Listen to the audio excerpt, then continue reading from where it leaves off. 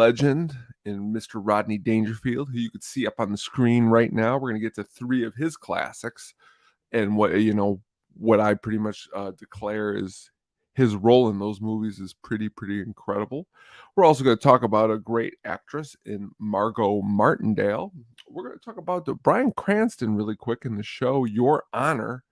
Definitely worth checking out. We'll talk about some DVDs I got laying around, and we'll talk about what we got coming up on the new episode this week. But first up, as you can see, the main man on the screen, Mr. Rodney Dangerfield. You can never go wrong with Mr. Rodney. He was born on November 22nd, 2021. It would be awesome if he was born in 2021, because that would mean that he would be only 2 years old and we still have all this awesome comedy to come, instead of some of the really awful comedians that I happen to see all the time. No, but he was born in 1921. Really awesome comedian. Really awesome, just all around guy. I think from what I see, he just seemed like a good time, and who doesn't want a good time being surrounded by. And I think in these 3 movies that we're going to talk about here in a moment, we're going to hit on why there may be comedic because of Rodney's impact on these movies. Would these movies be good without Rodney? We're gonna take a look and see how that all kind of shakes up. What's pretty cool here is everyone kind of knows Rodney a little bit older in his career when he got started, but currently here up on the screen, you can see a little bit of maybe a little bit older photos with a younger Rodney, where he got his start, a lot sooner than some of these movies we're going to talk about. He got to start a little bit, going on late night talk shows throughout the 60s and the 70s, and headlining a lot of Las Vegas shows and acts with many other people.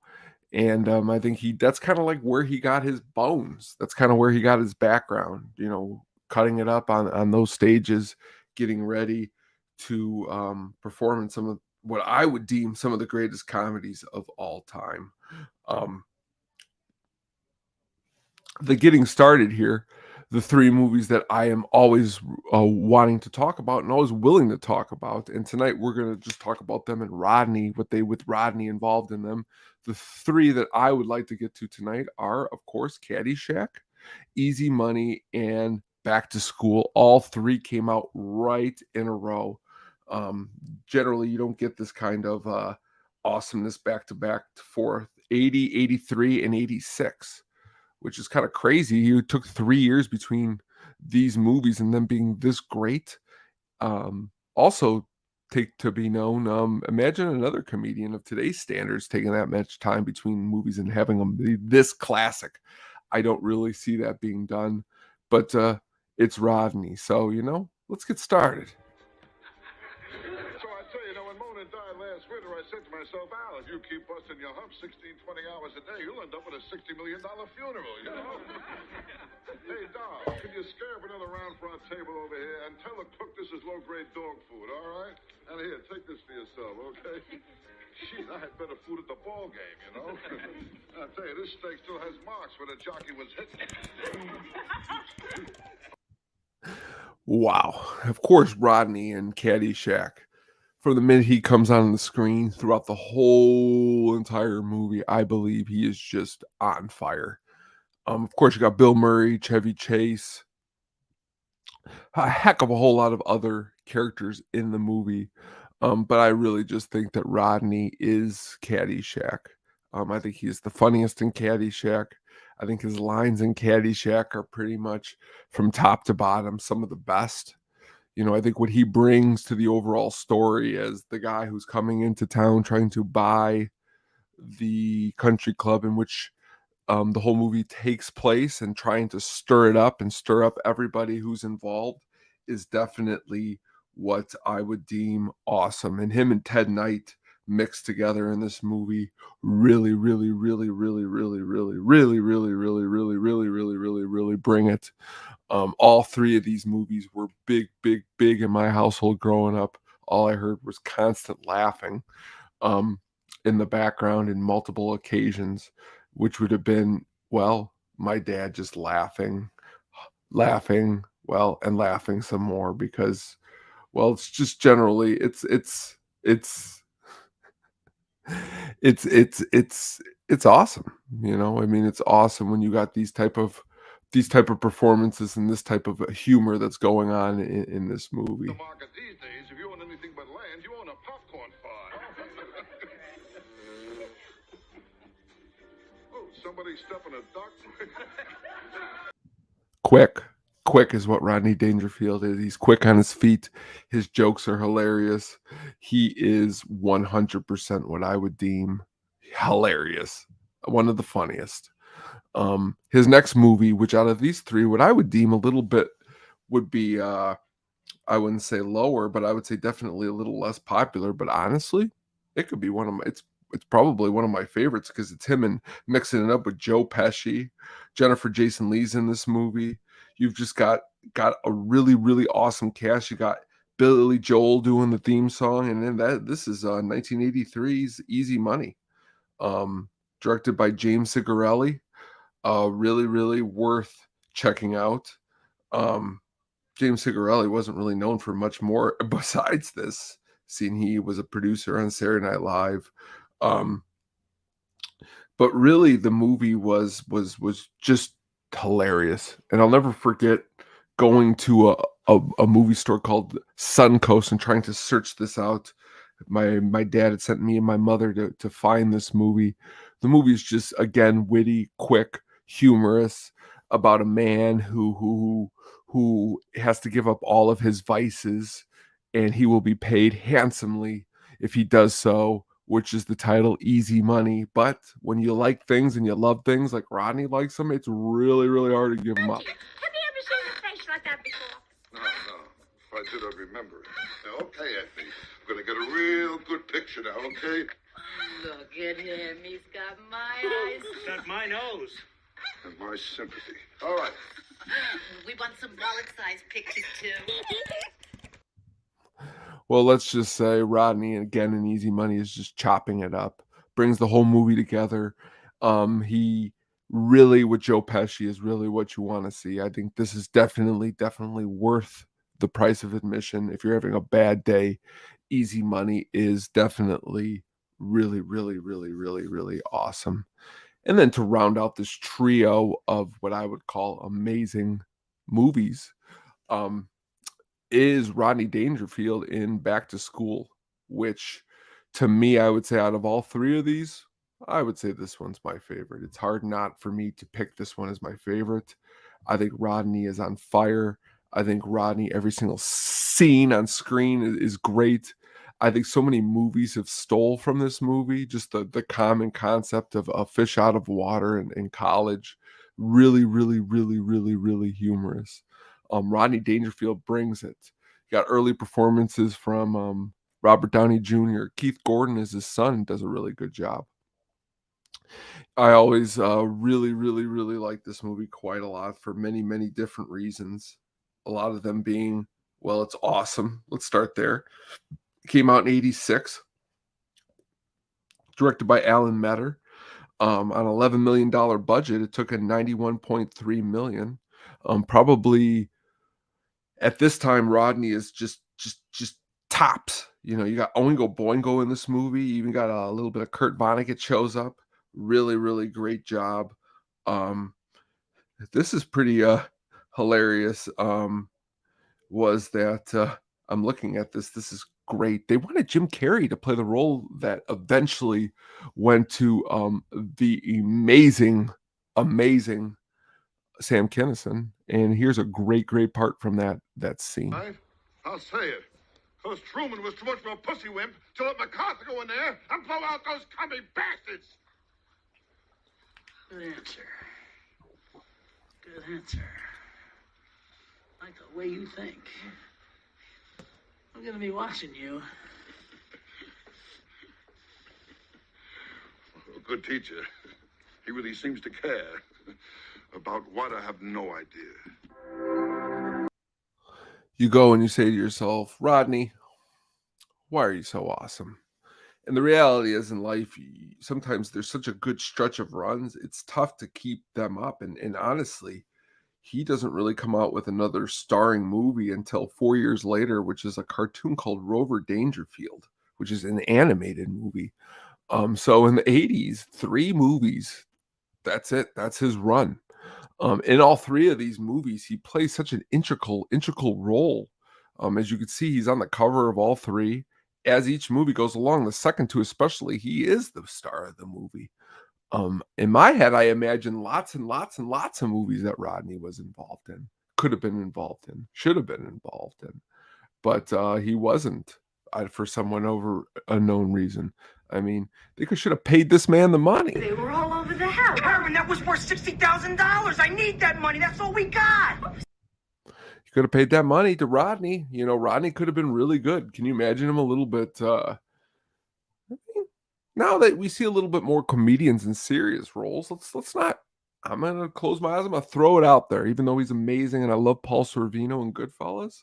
Looking at the Easy Money cover, I could see him getting serious.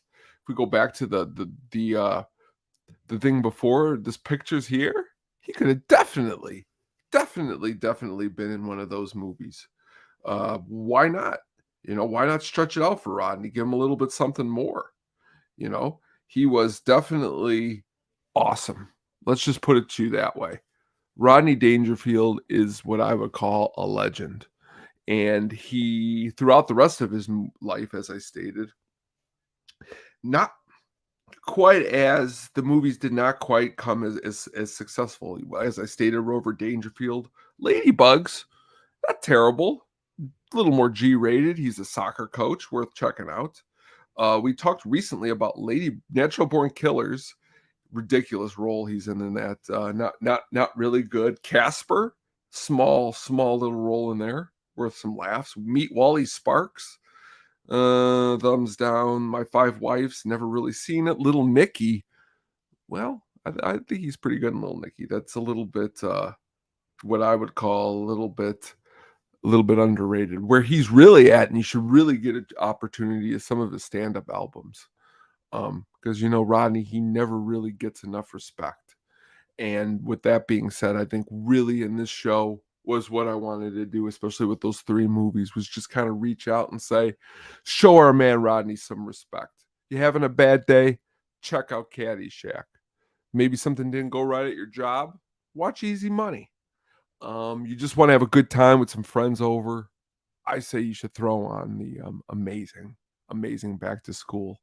You know, whatever it is that you choose to do, I decide that you do it with Rodney. Somewhere around here, I have a pin of Rodney.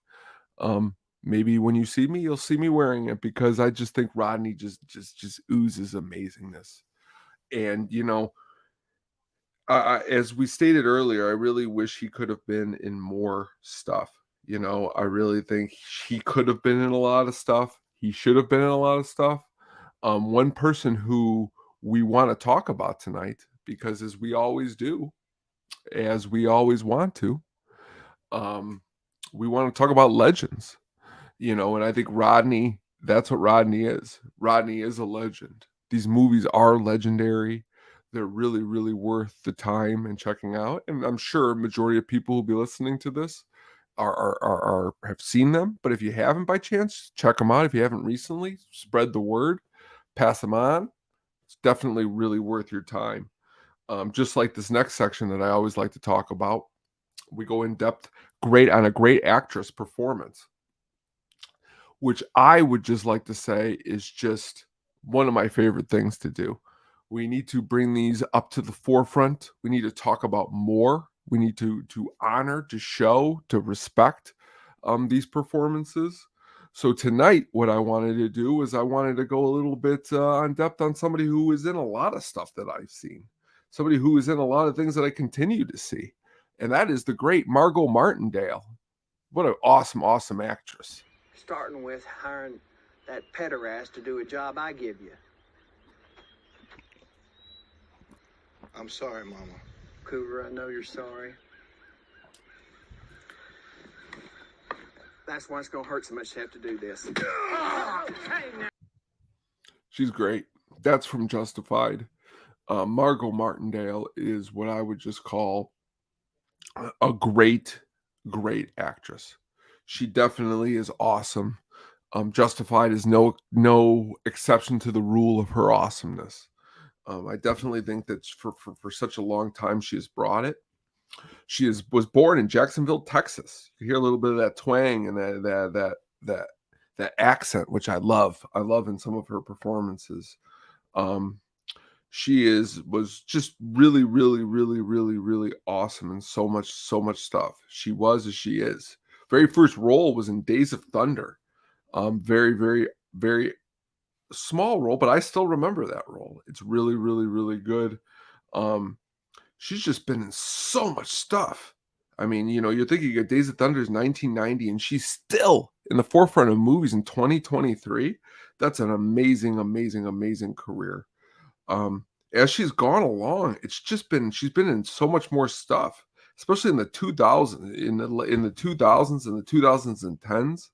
She's in this movie that's really, really, really good that I enjoyed called The Hollers, where she is sick and she's passing away, and Richard Jenkins plays the mother. Charlotte Copley is in it, does a really good job. Anna Kendrick, really, really like her a lot.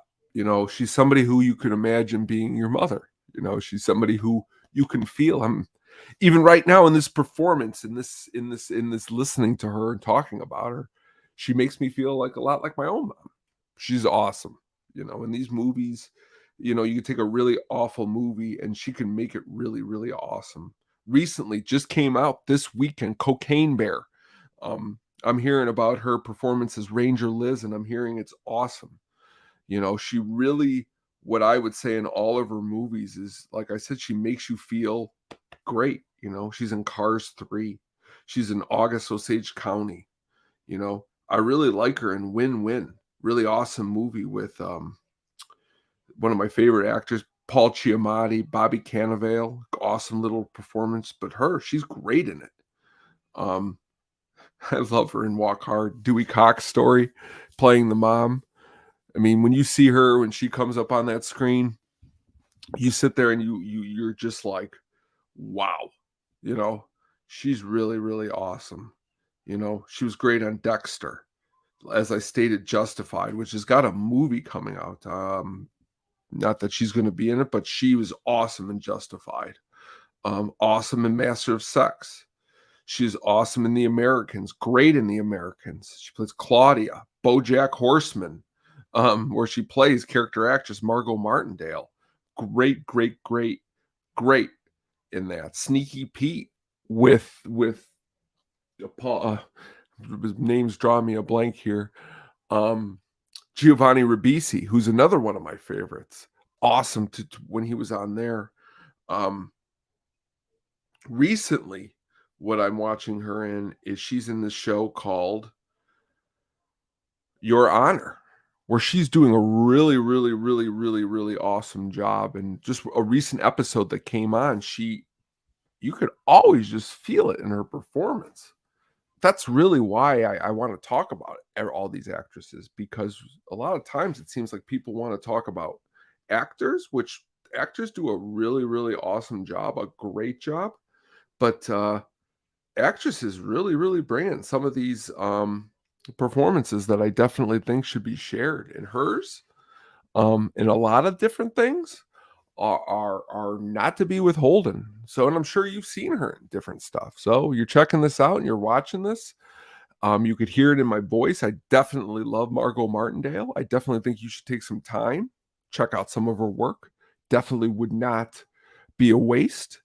That being said, the show that I recently just talked about that she is in, Your Honor, she plays the mother-in-law to the great Bryan Cranston, who you could see on the screen from season 1 to season 2, just how his look has changed. It's departed. Here's a little bit of a clip from season 1.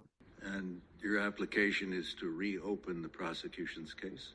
Exactly, Your Honor. Completely inappropriate. Oh, come on. Not least because it would be incredibly confusing for the jury to have a prosecution witness just pop up in the middle of the defense case. I don't need to hear any more from either of you on this. No, I'm sorry. I'm sorry. Well, you can see right there in the scene, just to really explain the story is really quick in the season 1, not to give anything away. His son is involved in an accident. He runs from the accident, and Bryan Cranston does everything he can to protect his son. Season 2 is him paying for all the things that he protected. If you do not have Showtime, and you could hear me all the time on the podcast talking about how great Showtime is, and you loved Bryan Cranston in your Breaking Bad, definitely worth checking out in Your Honor. Definitely if you like those kind of gritty, just gritty. It's a gritty show.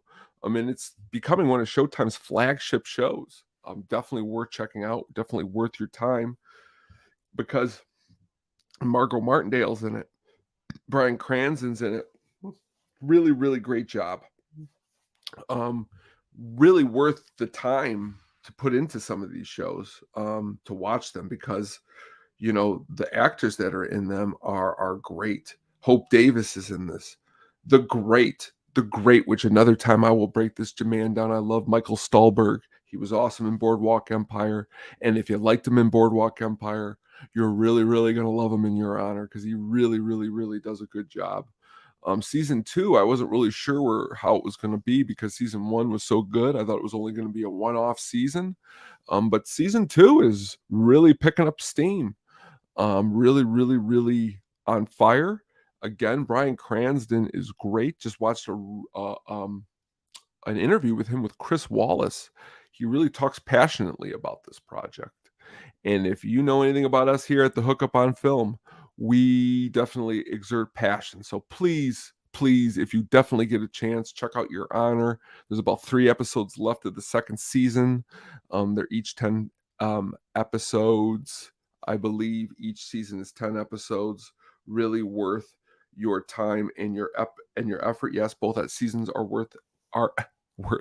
Both seasons are 10 episodes, but definitely worth your time and not to be ignored at all. Showing up at my apartment! What am I supposed to do? You won't answer my calls. You changed your number. I mean, I'm not going to be ignored, Dan.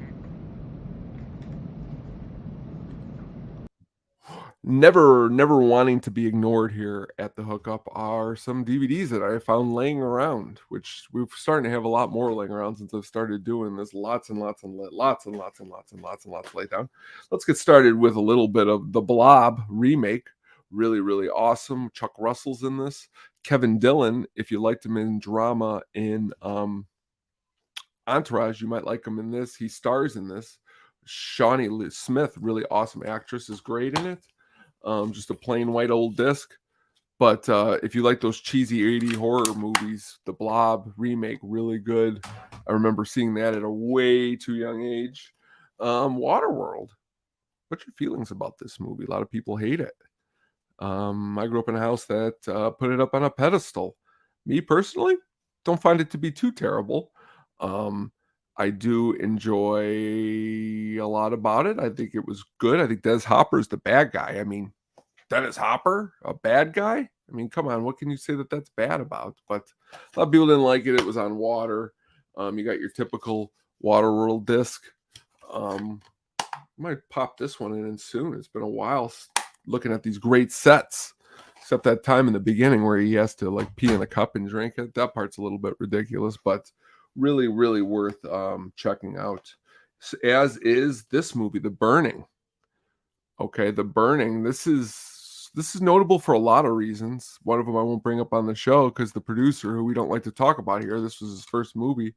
But that being said, what's really awesome about this movie is the great I'm getting Larry David in my head, but it's Jason Alexander from Seinfeld. He does a really early teenage role in this. So is Brian Baker, or Baker, however you like to pronounce it, from Fast Times at Ridgemont High. Definitely worth your time. Came out around the time of Friday the 13th. Special effects done by some some legends in the field, which is Tom Savini. I'm pretty sure does the what do you call that? Some great special effects for this. But that being said, definitely awesome. Definitely check it out. Definitely worth it. 1-2 feature. You talk about these guys who worked a lot together, but later in life, I mean, you just got some downhole old laughs in this, even from Kevin Pollak and Daryl Hannah. I think it's a good time. I think most people who watch this movie laugh. I've never heard any complaints. I think that they're fun. I think Walter Matthau is amazing, and I think and I really, really, really, really, really, really wish Jack Lemmon was my grandpa. Really, pretty much. That's pretty much what I think of these movies. And when you get them both on the same disc, though, the cheesy two-sided, one on one side, one on the other, which never really goes well when you keep them in binders, but definitely worth checking out, especially around, anytime, again, you're feeling down, like I was bringing up the Rodney Dangerfield stuff earlier. Grumpy Old Men is definitely that. You're definitely going to want to put that on. Good time. Really awesome. Last but not least, the amazing The Getaway with Steve McQueen. Awesome movie. We don't talk about him enough on the show, and that's the great Sam Peckinpah. You like Sam Peckinpah? I like Sam Peckinpah. The Getaway is just a great movie. Doc McCoy, great character. I think I've heard some it's Bullet that they're redoing, not The Getaway, but they already redid The Getaway, which is actually really ridiculously good for a 90s movie with Alec Baldwin, who unfortunately is going through some things. But there's a lot of good actors in that, of course. And it's Michael Madsen in that one. I always want to say Tom Sizemore, but that one was Michael Madsen. Does a really, really, really, really good job in that movie. Big fan of Michael Madsen. Head over today, whenever you're watching this, we are heading to Casablanca because recently, me and my good man here, Adam, we had recently seen it at the movie theater. It was did they read? I was going to ask you, was this something specific for this release, or is this just something that they played on the big screen? No, it's something that Fathom Events does. So they play classic movies every so often. So this just happened to be the one they were playing this past week. It was really, first, before we get into it, let's just say that it had been a little while since I had seen it. And first thing that I thought of leaving, first of all, seeing this movie was the way it looked on the screen. I had only seen it, of course, probably on a 32-inch. I don't even think I've ever watched it on my big screen before. So seeing it on such a huge screen, I feel like it almost reinvigorated me with cinema for some reason. I don't know why. It almost seems cliche for a reason, because I just thought I was going to be sitting there watching Casablanca again. What was your takeaway from seeing it again on the big screen? Well, that's the first time I've seen it on the biggest screen like that. I mean, I've seen it on my big screen television, but I've never actually seen it in a theater. So that was my first time as well. Now, is it a top movie for you? Would you put it in your top 50? I put it in my top 50 for sure. There's a lot of great things about it. I mean, the movie really doesn't need us to push it or anything. It's a pretty renowned film. It's one of a lot of people's, if you look at different, movie reviewers throughout history, I guess, they pretty much rank them on their list, and it's pretty much in their top 10. And I can see why. It may not be in my top 10 specifically, but I do love it. But there's a lot of great things about it. It moves along very well. It's not a really long run time or anything. There's great performances. The cinematography is fantastic for 1942. And the story, obviously, when it came out during World War II, the story was, perfect for that time and that audience, something they wanted to see. So it's carried well through the years. It's held up very well. It's very well respected, and on the big screen, it was just as good as I thought it would be. There's some things that number one, I'll out myself right now and say that I forgot or I was ignorant to the fact of, well, some of the under the radar performances in the movie I think were a little bit something more, especially Claude Rains, just right here, which I think have our audio clip situation fixed, which really upset me last time. So let's take a listen here to this audio clip from Casablanca. Man, go with Mr. Laszlo and take care of his luggage. Certainly, Rick. Anything you say. Find Mr. Laszlo's luggage and put it on the plane. Yes, sir. This way. If you don't mind, you fill in the names. That'll make it even more official. You think of everything, don't you? And the names are Mr. and Mrs. Victor Laszlo. But why my name, Richard? Because you're getting on that plane. I don't understand. What about you? I'm staying here with him till the plane. Well, let me just say, Claude Rains, I don't know why for such a long time, I just think of the Wolfman, or the Invisible Man. I think of some of those scarier movies. And now, after watching him and then, well, obviously, and he's in some other really, really good movies too. But I think his performance is up there with everyone else's, is one of the best. He does the sarcasm very well. That's one of my favorite things that actors can pull off really well in a performance. I thought he did a good job. Yeah, he was my favorite on screen in that movie. I'm a big Claude Rains guy, and Michael Curtiz, who directed this film, Claude Rains was in The Adventures of Robin Hood, which was, he directed as well back in 1939 with Errol Flynn. So he had experience with Claude Rains, and Claude Rains can pretty much hold his own with anybody. And Bogart, is very very witty, has very snappy comebacks, and so in Claude Rains, if you saw like their banter between those two was just pretty seamless. So he fit in very well in his character with his character he was portraying. I noticed in that clip at the very end, which this movie is great at, is that when Ilsa just you hear the music just kicking. I know since you're a music guy, the music just kicks in right when she realizes that Bogart's not getting on that plane. Oh yeah, and it's like boom, so he hits them. That's one of the great things about this movie.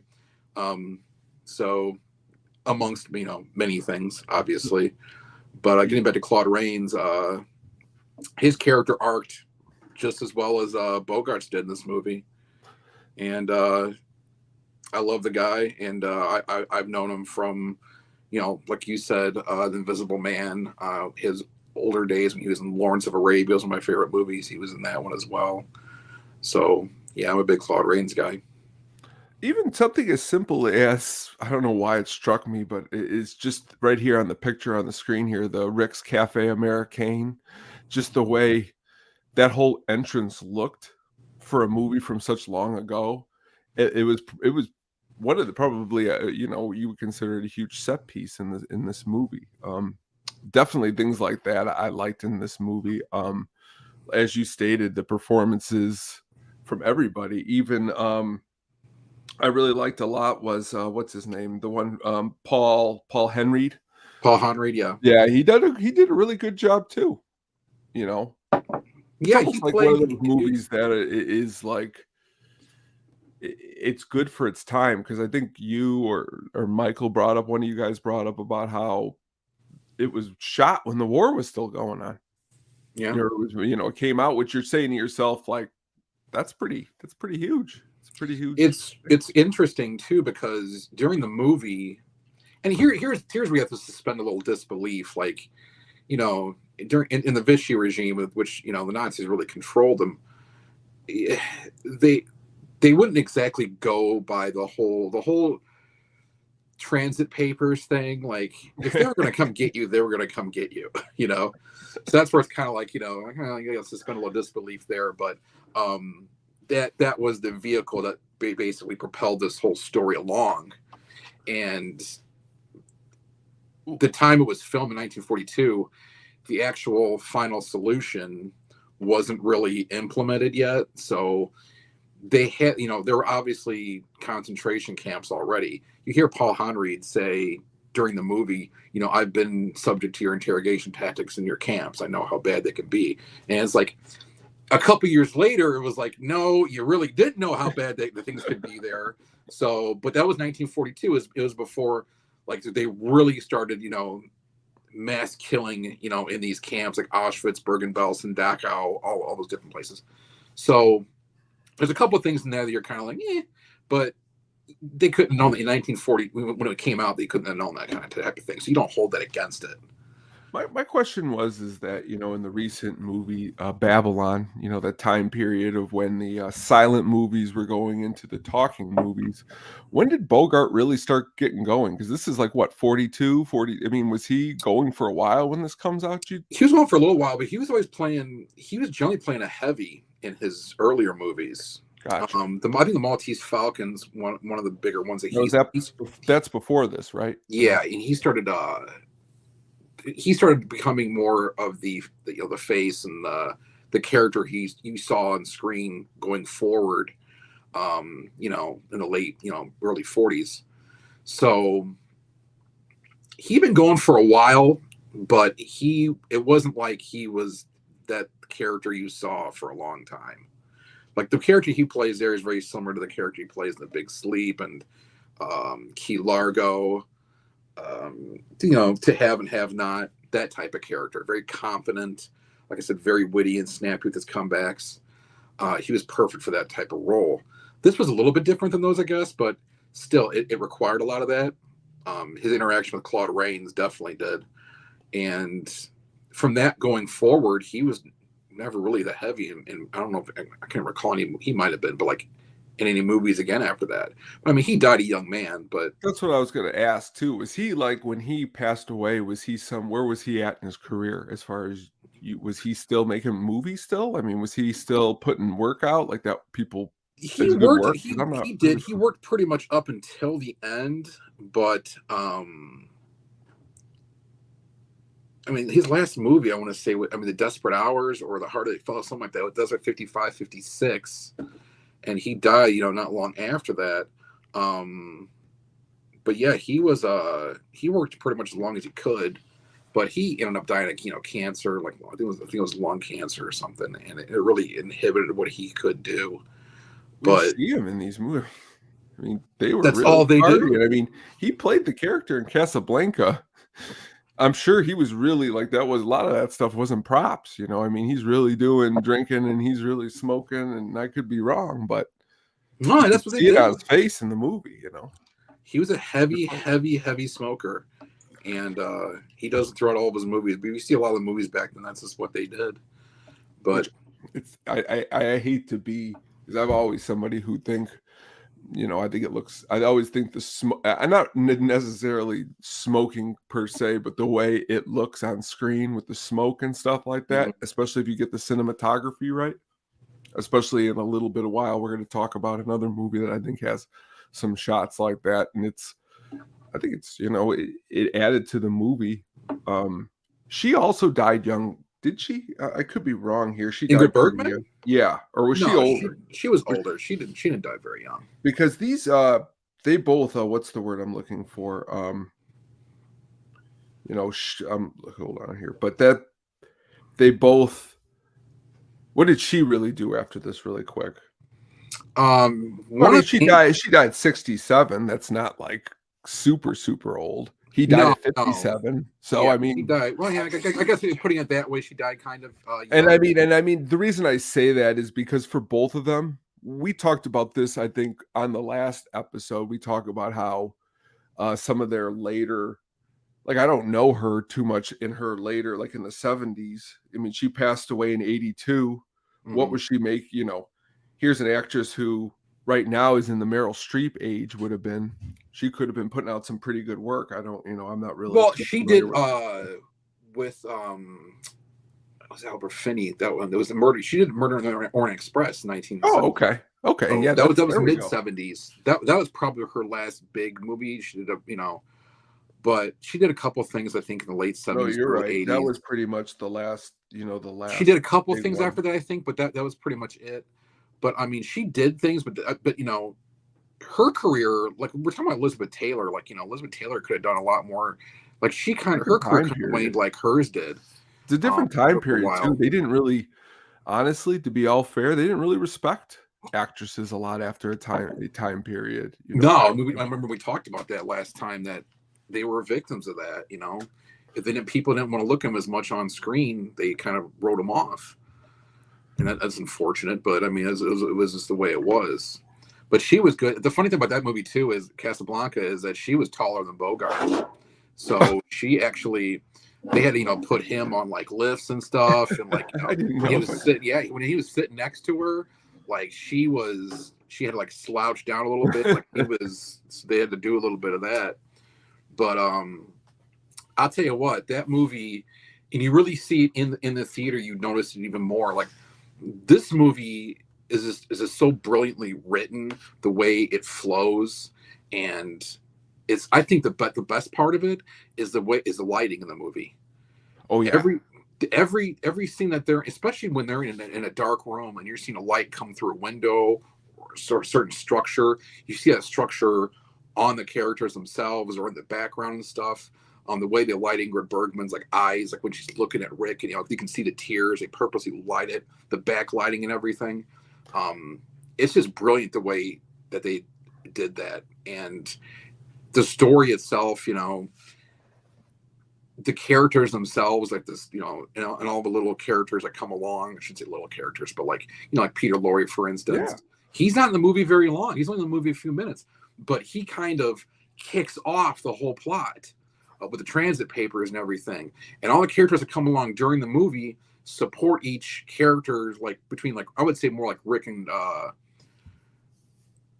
definitely Bogart and Claude Rains characters, like their character arcs. Like all these characters come in and kind of push their character arcs along until you get the climax at the end. So it really was brilliantly written. And Michael Curtiz, you don't really hear a lot about him, but he did some good movies back in his day. He did some, like I said, Errol Flynn movies, and he did a great job with these characters and this story. This could have been a really boring, typical movie. That's the thing right there. You just said it could have been really boring. It could have really been a boring movie and just dragged along a little bit and just been like, okay. But he made sure that you invested in certain people and you saw how they changed throughout the film. Like Rick's character, obviously, he was emotionally damaged from Ilsa, and then kind of became this hardened guy who he was, and then you see deep down who he ends up being, who he really is. But throughout the movie, you kind of see Claude Rains kind of hint at certain things like that. Paul Henreid, is telling him, kind of like, when he's talking to him by himself towards the end of the movie, like this, like basically telling him, I know this isn't who you really are. And then in Rick's actions and stuff, as a further, movie goes along, like you see that until the very end, which that clip you show, where he kind of stops being, me, and I'm not sticking my neck out for anybody, which he says a handful of times, where he just does, and he gets her and her husband, Victor Laszlo, out of there because he knows that's more important right now. The whole movie, he puts, of course, a huge heart in front, you know what I'm saying? But the reality is, when you listen deeper into the movie, he was this type of guy who he stuck up for the underdog. But the reality, when it came down to it, is it's like kind of sometimes a dog. Sometimes all a dog wants is to be petted once, and that dog will show you affection for forever. And the reality is he was just looking for her to acknowledge really what they had, even if maybe she did tell the truth or didn't tell the truth. He was who he was, and I think it was really awesome. The only comments I'll make is, and I made them when we were there, is I really wish we were able to see this movie back in the golden era of this movie theater. Back when the popcorn smelled fresh, it wasn't such a... It had been, honestly, that was the first time I had been back to that theater in about a year or 2 years. And whenever I go there, it is for like a Fathom Events movie. Like, well, yeah, I mean, you're not... If right now, if we were going to go see something new, I've got some theaters that are a little bit nicer, and even out by you, nicer. Well, theaters. The one that's by me is the best one in the area. Yeah, I mean that one's nicer and newer, and they reopened it up.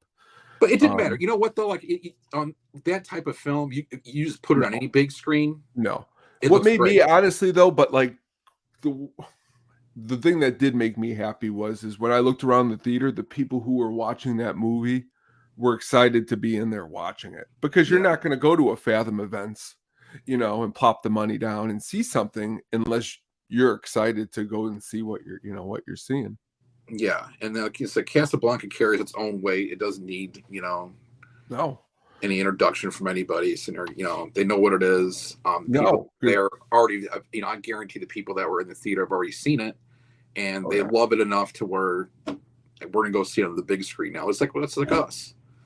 You did the one thing too is also bringing it up is that we came home later and it was also playing on, because of the Oscars coming up, it was playing on, it's on TCM, yeah, which is really pretty cool too, because I actually walked through the door and I felt like a little child. I was just like going off to Katie,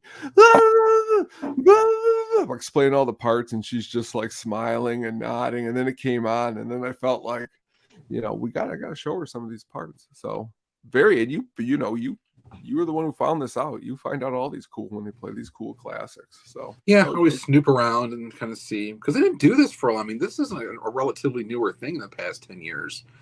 Movie theaters didn't do this type of thing, put out older movies. Well, I mean, because when you use, and that's because they can do things, different, like digitally now and stuff. You didn't, have the cans of film, to bring and do all these movies. Good for exposure. Let's start there. It's good to the movie theaters making a little bit of money. That everybody's happy a little bit, and then the theater, we're excited because we get to see something, especially like this. Like, don't get me wrong. I'm sure Creed 3 is, a action blast on the screen, but it's a different experience than seeing this movie. You talked about music earlier, and they say the blues, that rock and roll derived from the blues. I mean, even a movie is something as, I'll go out on a limb, something like from Tarantino, where it's got different parts moving and different pieces moving. You could see that in this movie. There are pieces that are moving, like as you said, new characters being introduced, which was probably pretty different for the time, for a movie like this. Yeah, especially to move along the main characters, like I said, their story arcs. Oh, yeah. So, like, certain characters come in here to show, okay, Rick isn't quite this hardened guy you think he is, so he has to, like that one couple he helps get their papers and get out of Casablanca. When Paul Henry, when the Germans are playing that one song and singing that German song. Oh, yeah. Yeah, then Victor Laszlo comes over and says, start playing, the French anthem. And then Rick, like, they look over at Rick like, oh, we're gonna. He's like, yeah, go ahead, do it, Do it. And the way he even, like, like that one, someone wanted to buy Sam from him, and he was like, I'm not in the business of selling people. And but he goes over and he goes, hey, go ask him yourself. He lets him make that own decision for himself. He brought him with him to Casablanca, so it's like, the dude's got a good heart. It was just he's been he's been heartbroken by Ingrid Bergman's character leaving him, so he has this whole facade in front of him now. Basically, like, all of his defenses are up, and he's in there for himself. He's there to make money. He's there to not cause any trouble. And to his credit as well, Claude Rains' character is kind of the same way. You see him, just doing what he needs to do. They don't mess with me. I don't mess with them. I'm getting in trouble. And then you see over the span of the rest of the movie, he's like, all of a sudden he's like, well, I kind of go the way the wind blows. And then at the very end, he's throwing that bottle of Vichy water in the garbage can. He's going along with Rick. Something, his humor, something about his humor and the way he delivered his lines in that movie were really a treat. Definitely really good though. And if you have not yet, which I'm sure you have, and if you haven't watched it again, if it's been a while, is Casablanca. Really, really, really good. But now you had brought to my attention that this was a very good pairing that we are about to talk about right now. It is the one and the great Hustler all the way to The Color of Money. Yeah,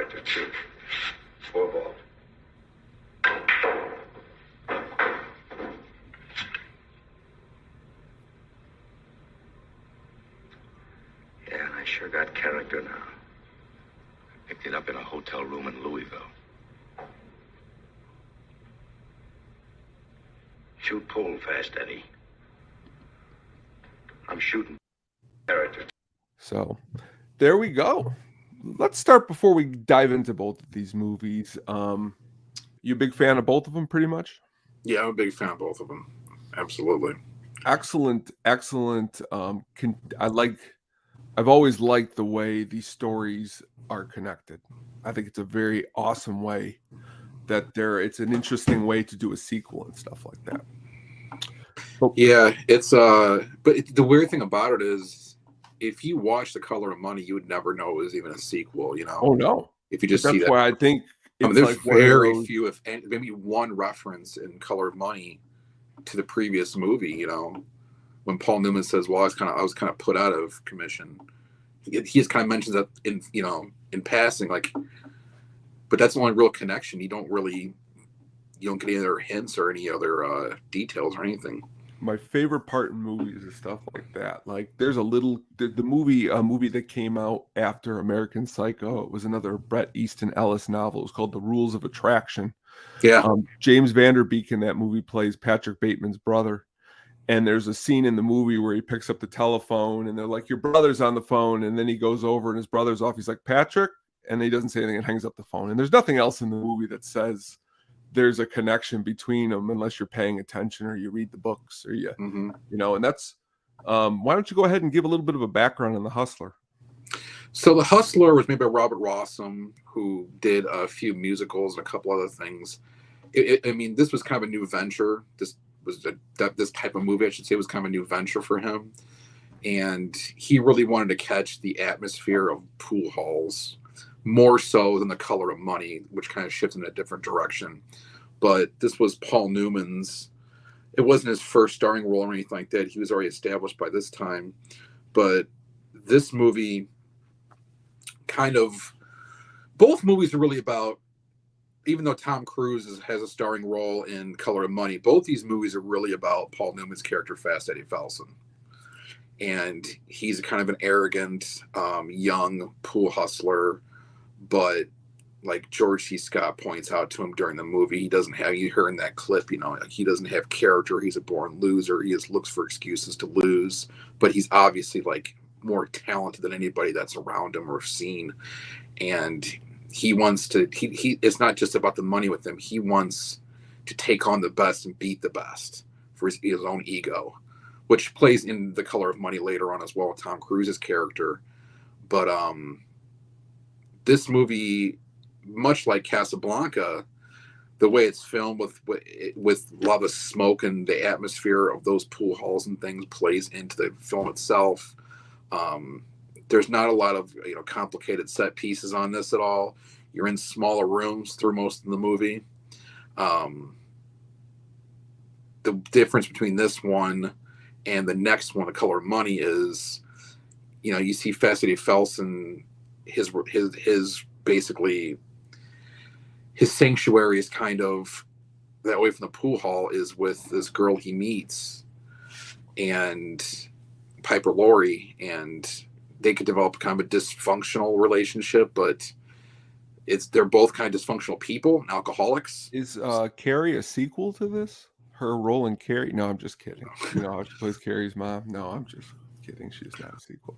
Well, no, unless her character was resurrected, but I know. Yeah, no, you're right. But it shows the consequences of decisions you make and decisions he makes, the priorities he makes throughout the movie, and then what happens with her. But so it's a completely different movie than The Color of Money, but it's still about how Eddie Felsen evolves from one character to another, and then 25 years later, you just kind of pick up where he is in his life in The Color of Money. But The Hustler was awesome because like Jackie Gleason's fantastic. Jackie Gleason was really a great pool player. Like he was really could have been a professional pool player. And George C. Scott is the character that Paul Newman mostly emulates in The Color of Money, but with kind of a bigger heart. He's not quite the asshole and dark person that George C. Scott is. Oh yeah. But he played that, his character Bert, he played that really well. And the movie, like I said, there's some parts in the movie that kind of his scenes with Piper Laurie, they're okay. That's what kind of drags the movie back for me a little bit. I don't know if they really had the chemistry you'd want to see, but it was definitely an important part of the film to have her involved to kind of make him change as a man. And did you see this first before Color of Money? No, I saw I think I saw. God, I gotta think about this now.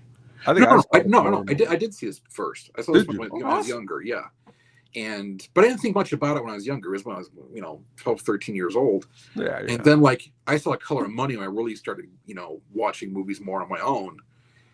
And then I went back to this movie after that and watched it again. Yeah. I technically watched The Hustler first, but I didn't really absorb The Hustler until after I watched Color of Money, because that made me go back and watch this again and kind of, really pay attention to what was going on and everything with it. I don't know about you, but would you watch Color of Money first yourself? I did watch Color of Money first. I'm curious back especially we're talking about 2001, 2002, 2003. Me and about 4 other guys, we did this thing. We were called DVD hunters. And what we would do is go store to store to store, trying to find the most rarest DVDs or the coolest, and we were trying to make our collection look like we were going to be like on Cribs one day, and our DVDs were going to be the coolest. And a lot of these movies, we had only watched once, and then when we got them, we all watched them a bunch of times. And The Hustler was one of these movies because I had already seen The Color of Money, and I got the DVD, and honestly, it was the very first time. Everything that you just said, I agree with. Very, very good, awesome movie. I like The Color of Money, I think, just a tiny bit more. Not because, everything that you said about, I think I just maybe have seen it more even. Well, I watched The Hustler more. I used to like The Hustler. I used to like The Hustler more. And then as the years have gone on, I actually like The Color of Money more, which you'd think it might be actually the opposite. But that's the case for me.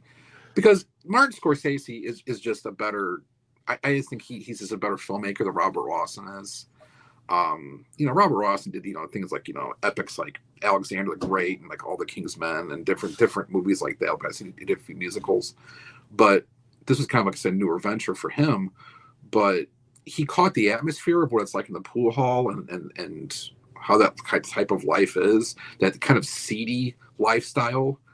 But Martin Scorsese definitely mixed in, and he had more of it, and Hustler had more of a low-key like jazz soundtrack with it, score. Yeah. Whereas Color of Money did the score was just really good. And The Color of Money, used a lot of music from Color its of Money time. Yeah. And like it mixed it in, so it was a little bit different. And I thought it ended up working out better. I do like Paul Newman's character in The Color of Money a lot better. And Tom Cruise for what he's supposed to be in the movie is pretty good. It's obviously not one of his best performances, but like he's good. He's great in certain scenes. Yeah. And Mary Elizabeth Mastrantonio, I love saying that name, but like her character, like, it was kind of, I could have honestly done a little bit without her, but I mean, she should have been they should have switched her character out from Scarface, and she should have played her role in Scarface, but like with her hair really poofed up as Tony's sister. But like, no, I'm just kidding. That wouldn't have worked. But I mean, she was kind of along for the ride in this movie. I mean, they made her a part of the kind of the hustle.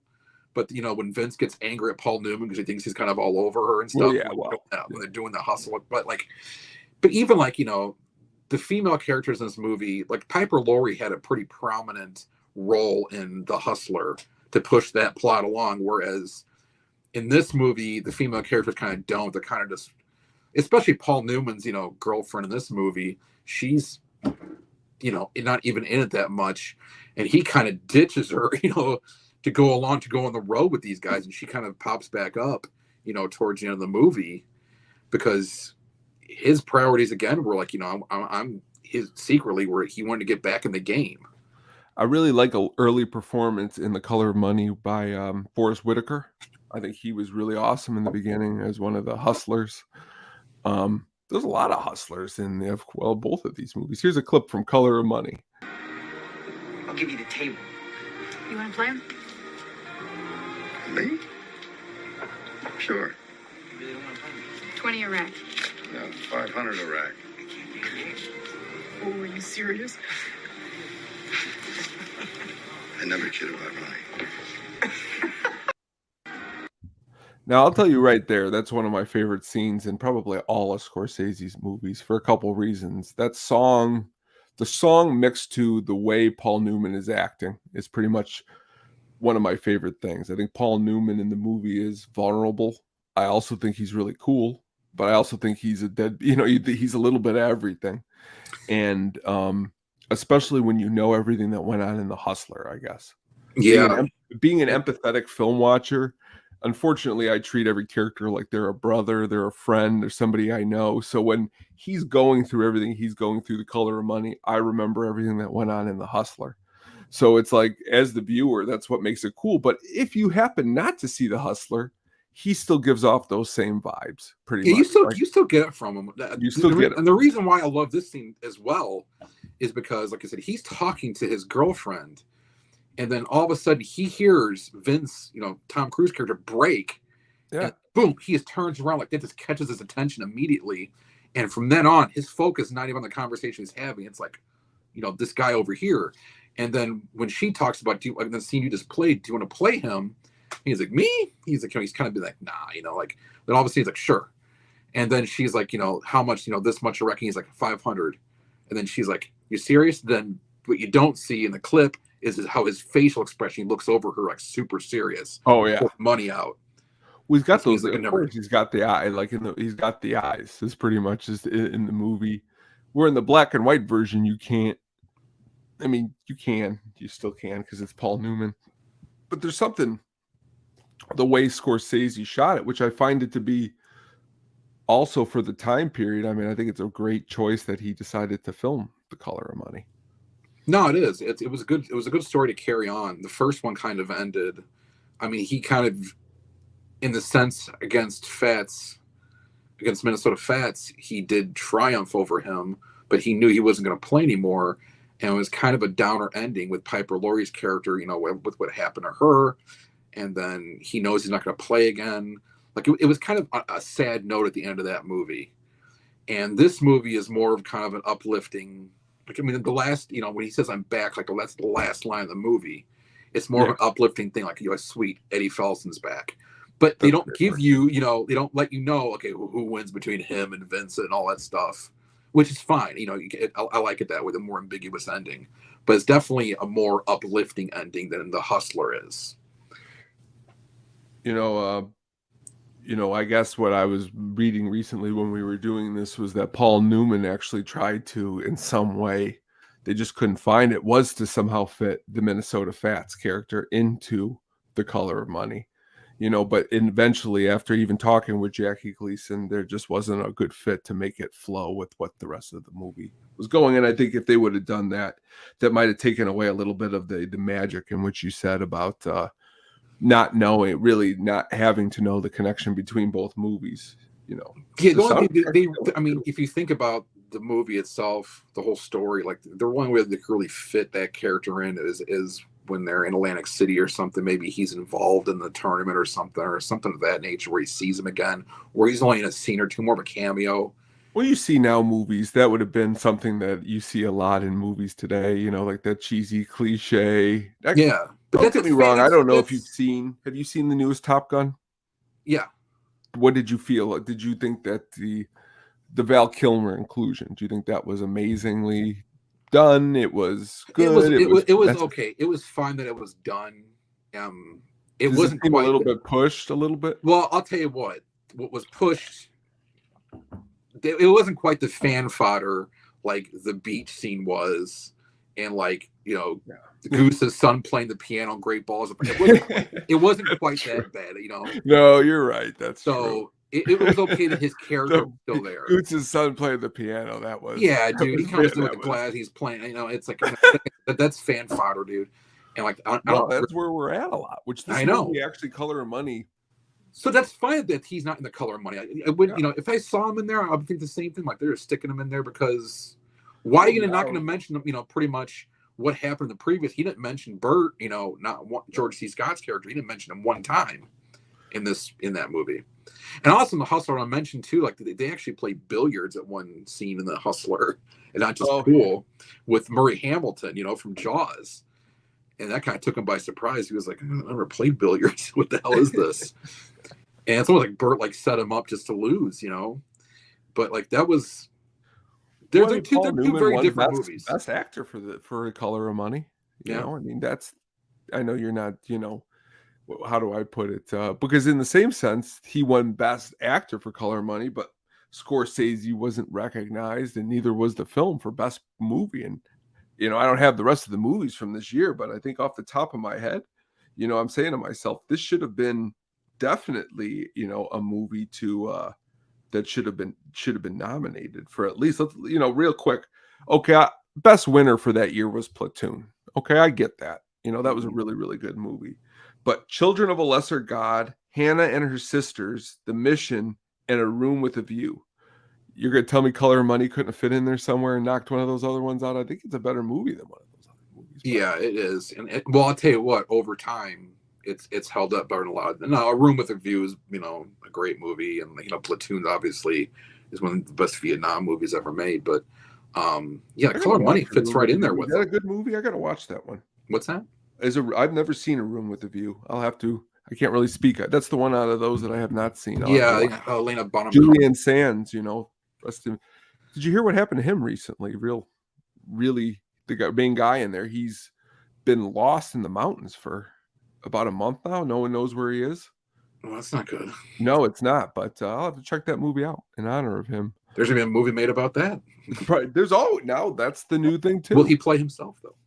Oh, always a movie about something. The soundtrack, though, as you mentioned earlier, for this movie, you know, the Werewolves of London scene, you know, really. Yeah, and he's playing Clapton just before that, you know. Oh, yes. It's like this. Of course, like they really made sure that they mixed a lot of the music from the time or just previous to that, like in this movie, very well. Because honestly, if you go to a pool hall, that's the stuff you'd be hearing, and he got that part right with it.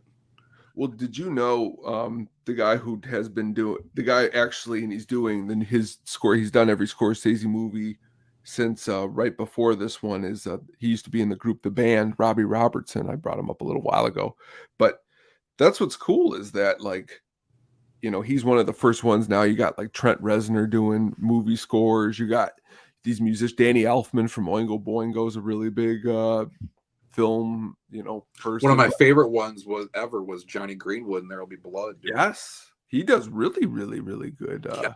He's done multiple films that are really, really good. You know, well, in Fight Club, like the Dust Brothers, you know, those guys too. They produced Odelay, but Beck's Odelay, didn't they? Yeah. They also actually, believe it or not, it was like 98. The Stones came out with that album, Bridges to Babylon, and they produced that one. Those guys were, you know, all over the place. I like those. You know, they did Voodoo Lounge before that. They did Bridges to Babylon. Right? Oh yeah. Color of Money, though, also I'm looking here, which I did not know it was actually a novel too. It was a novel first before it was a movie. I don't know if a lot of people know this because when The Hustler was too, though. The Hustler was too. It was also by the same guy. So it's cool also that recently we were going to be talking about, you know, good films from book to film. These are both great examples. Yeah, Paul Newman just absolutely kills in both these movies, as he often does because he's Paul Newman. But the supporting characters are also really good in these movies. Like the only problem we have The Hustler was it kind of kicks you off. The Hustler kind of starts off with a bang, you know, and then it kind of like, you know, settles in the middle of the movie. So I can see how it kind of like, you know, can lose people's attention a little bit. Whereas A Color of Money kind of keeps building and building and keeps getting better, and it flows a lot better. And what's interesting too is The Hustler's 20 minutes, not, you know, the length of a movie does not matter, but The Hustler's 2 hours and 20 minutes. And if you're saying some of those scenes with her or some of the scenes in the movie drag a little bit, you know, that could be you know, whereas Color of Money's it's just 2 hours on the dot, you know, and I'm not saying, but like the movie plays I don't know if another 20 minutes could have made that movie feel like it dragged a little bit. No, it's just if they did more Mary Elizabeth Master Antonio talking about her life story for 5 minutes, I don't know if that would have made the movie. It's just, I think the Hustler kind of like, or Tom Cruise doing anything else. The Hustler really, its best scenes, I think, where he's playing Minnesota Fats. Now at the end it was good too, but like the first time when he's playing like over 24 hours with the guy, it's like you take that and like that's a climax of a movie. That's something that I don't know if you should put in the first act. Oh yeah. And and like that, just like the rest of the movie doesn't quite live up to that. That's true. To whereas A Color of Money, everything that happens in Atlantic City and towards the end and how Eddie Fowlson starts coming back and you see him getting better. And then obviously, he realizes his eyes are kind of messed up and he gets that corrected. And his absolute excitement when he went or thinks he wins, off cleanly against Vincent. Well, he starts to be pretty much like he wants to be like a teacher. You know what I mean? Like, I want to be a nice guy. I'm going to teach you. And then when he gets work, kind of an arrogant prick, and then he's like, "Well, you know what, Forrest Whitaker." That's when he breaks it off. He was like, "I showed you my ass out. There's nothing else I got for you," because that was like, "Okay, I'm not dealing with. I'm not going to lose. I can't." That's when his ego kind of comes back in, like where he used to be. Like, it's not just about the money now. He goes, "I want to, be great again and be known for this." So you kind of see that metamorphosis kind of happen. And the Hustler, like, you don't see that very much. You kind of just see him just kind of battle through his demons. And then something bad happens and he kind of overcomes at the end. But like I said, it's kind of a downer because he's not playing pool anymore. His girlfriend's died. It's like, it kind of ends in a drag. But still, it's a great movie. And it kind of depends on what mood I'm in for, which one I want to watch, That's true too. It depends on which mood you are. I mean, one of my favorite Tom Cruise scenes of all Tom Cruise scenes, for some unknown reason, we used to rewind this part and play it to back when we would watch this movie a lot. It's when he's doing the Werewolf of London thing, and he stops him and he mimics the part in the song where he goes, "And his hair was perfect." For some reason, we would laugh and think that was like ridiculous. But Tom Cruise, for all as you mentioned earlier, for all Tom Cruise's-ness, this is kind of the direct opposite of, your Top Gun, your newest Top Gun. You know what I'm saying? Yeah, he was like that same scene you were talking about when he was like, the guy's like, "Let's play," and he's like, "Yeah, let's play. Yeah, we're gonna have a good time." This way he is, or the whole scene's fantastic. Well, that's what's crazy about him too. I mean, Tom Cruise is kind of a different kind of an actor in that he's worked with the biggest directors of all time, and then, well, he's done other things too. He's a little. He can't really gauge. Magnolia is a really good movie. He's really good in Magnolia, but that's probably my favorite Cruise movie, Magnolia. Oh yeah, he's one movie I really like a lot, and I don't know if you like this movie, and if you don't, that's okay too. Is Cameron Crowe's Vanilla Sky? No, I love Vanilla Sky. For a lot of the reasons that we're talking about, Paul Newman in this movie is the way Tom Cruise is in that movie is again completely different than that action star in which him to be. And the music is again, and Penelope Cruz, is amazing in that movie. And well, if you think about it, Tom Cruise really didn't become this huge action star until like the Mission Impossible movies. And yeah, I mean, because he did Rain Man before the Mission Impossible movies. Well, you got Rain Man, okay, which is great Risky Business. He was in Cocktail. But then he's got the pair of Tony Scott films and Top Gun and Days of Thunder, which is what's kind of getting going. But then he starts being in stuff like Ron Howard's Far and Away. That's different than other stuff that he's doing. Yeah, then he mixed in action movies with different, like he was in Eyes Wide Shut, obviously. So he mixed in different things with the action films as well. A recent movie he was in, it was actually really, I'm going to pull it up right here because I can't think of the name off the top of my head, but he just always seems to, I mean, yes, those scenes that we mentioned in Top Gun 2 weren't really the best, but the action scenes were really good. You know, it's Tom Cruise. You know what I'm saying? The movie I'm talking about that he came out with recently that actually isn't too bad. It's called American Made. It came out in 2017, and he plays that Barry Seal, the guy who was smuggling drugs into. Yeah. He's like a pilot, and again, it's more of. Unfortunately, movies like American Made have been made a whole bunch of times. It's a lot of blow, it's a lot of this, it's a lot of that, but still seeing Tom Cruise doing something like that, it wasn't terrible, and he was good in Color Money. No, he makes good film choices, and he's worked for, you know, He makes bad ones too, though. He makes a lot of bad ones. The Mummy, that was awful. You know, he makes good. He makes bad. So does Pacino. So does De Niro. Yeah, later on they kind of made some, later on, yes, yeah, especially later on. That movie that De Niro and Pacino did that they teamed up together after Heat, it was called Righteous Kill. Oh, yeah. Movie is not. yeah. But good pick though. These were very good talking about both of these. Check out The Hustler. Check out The Color of Money. Right now we're going to move on to here. Every week we talk about an in-depth actress, a great actress performances. And today we've decided, because we've been talking a little bit about the Coens, we were going to talk about Frances McDormand. Yes, that's a defensive wound. Oh, yeah? Where's the state trooper? Back there, a good piece, in the ditch next to his prowler. Okay. So we got a trooper pull someone over. We got a shooting. These folks drive by. There's a high-speed pursuit. All right, Frances McDormand. Really quick before we get going with a movie that I was going to mention one of the first movies I probably seen her in, actually. I seen her in this before I seen her in Fargo, was Robert Altman's Shortcuts. Do you like that movie? Yeah. That's a pretty good movie. She's pretty good in that one. Robert Altman himself made some pretty darn good movies. Just a few, just a couple, just about one. No, he's made a lot of good movies. He's another one.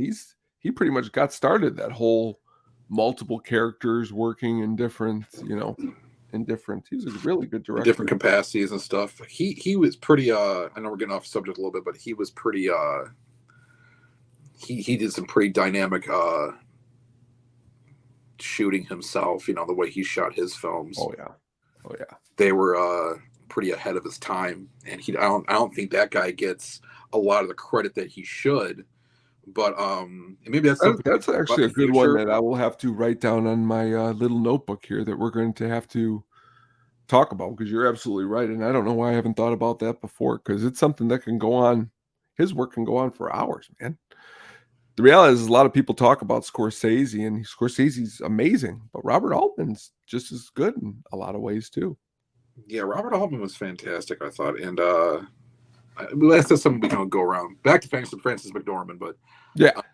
Did you like, with Frances McDormand, are you a 3 Billboards Outside of Ebbing, Missouri fan? Did you like that movie? Yeah, I like that movie quite a bit.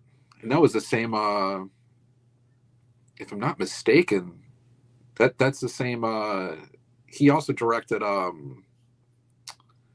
what was it? Banshees. Banshees of Inisherin and Seven Psychos. Yeah, which is a great movie too. And and that's the Sam Rockwell connection, Oh yeah, with that. She's good in a lot of different things. You like a lot. I know you said The Man Who Wasn't There. This is a movie. Pretty much all of her Coen brothers working with Anderson. I like him because I like those directors and like their films a lot, and they know how to use her really well. You ever see Michael Douglas and Curtis Hanson? It's called Wonder Boys. Yeah. With Robert Downey Jr. She's really good in that movie. My buddy Mike Griffith actually introduced me to that movie a long time ago. Well, I'll talk to him about that. He loves Wonder Boys. You guys, I like that movie, and that movie is one that Michael Douglas again and her, I think they're carrying on in the affair in the movie or whatever.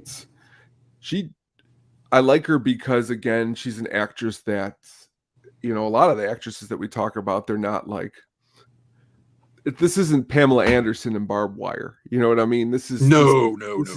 This is serious. To me, I don't want to even say serious, but another really good movie it's called Lone Star with John Sayles did it. There's a lot of people like Chris Cooper, Matthew McConaughey.